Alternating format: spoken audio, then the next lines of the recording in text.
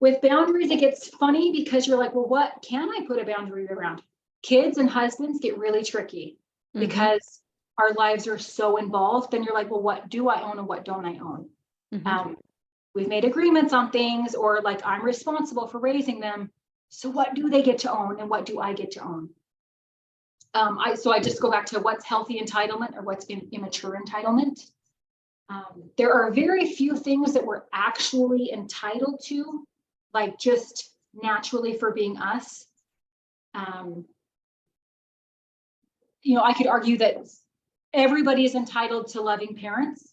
I could argue that. I mean, there's still a thing. Like I know my kids get really angry and entitled to my time and my energy, my attention. Like they just want me to just sit on the Mm-hmm. couch waiting for them to say, Mom, I want food. Mom, I want games, right? So although they are entitled to my love and my attention, they are not entitled to it all the time under any conditions. Like, it's not all there. So there's things like that. There still gets to be boundaries because essentially it is my time, it's my attention, it's my energy, it's Yeah. all of it. I get to own that. Which, I choose how that's bestowed for the good of my family because I do believe that the care of my family is inside my internal boundary.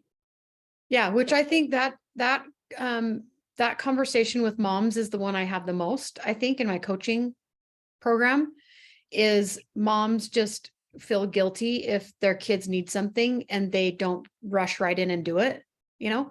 And I think I was on a float trip this last weekend with my family. My sister-in-laws and I were having a conversation while we were floating down the river about that our kids don't know how to problem solve, like in general, you know, Yeah. my kids, her kids, her kids, her kids, like we were all discussing the situation, and it's our kids don't know how to problem solve. And one of my sister-in-laws brought to our attention, we were at a family reunion a couple of weekends ago, and my cousin, her little boy was up in the tree.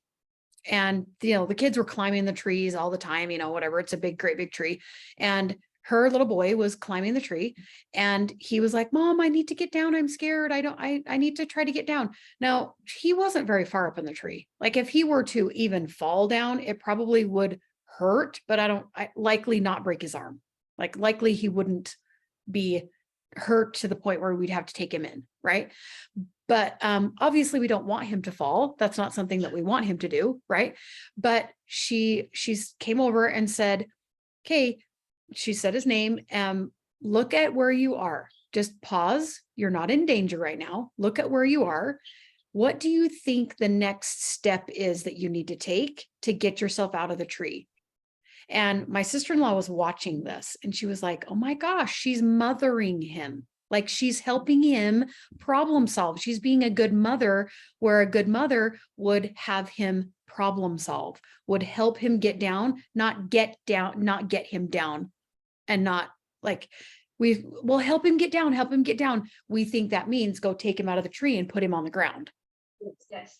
But my sister-in-law was like, she was mothering him in a really good way, meaning helping him problem solve, helping him look for ideas and look for ways that he could get himself down out of the tree.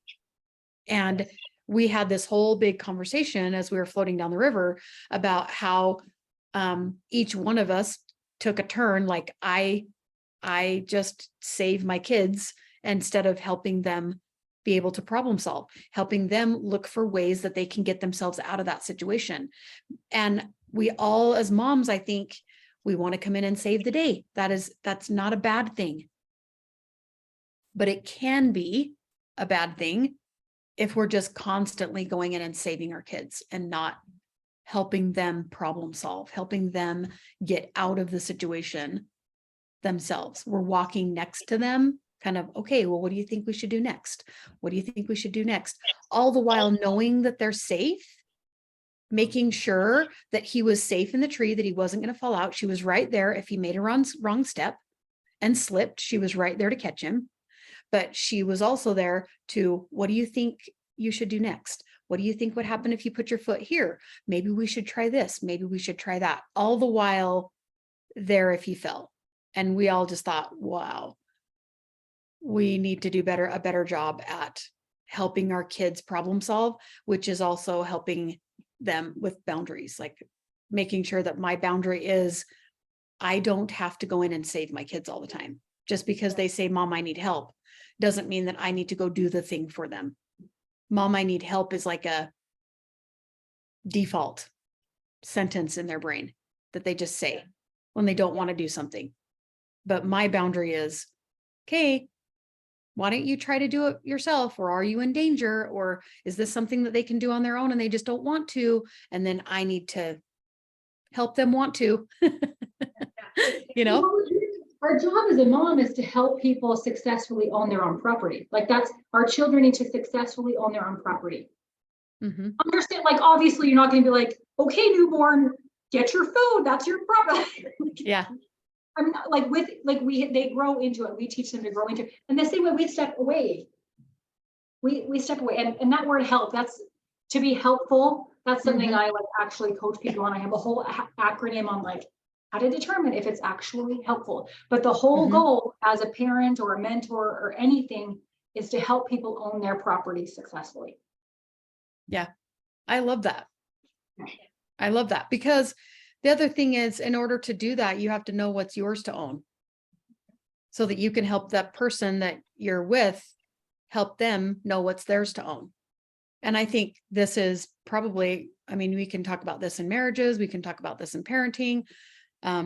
We can talk about this in church callings. We can talk about this in, neighbors, community, all the things. If you understand what it is for you to, is yours to own, then it's much easier to help another person know what's theirs to own when you're in relationship with them, however that is.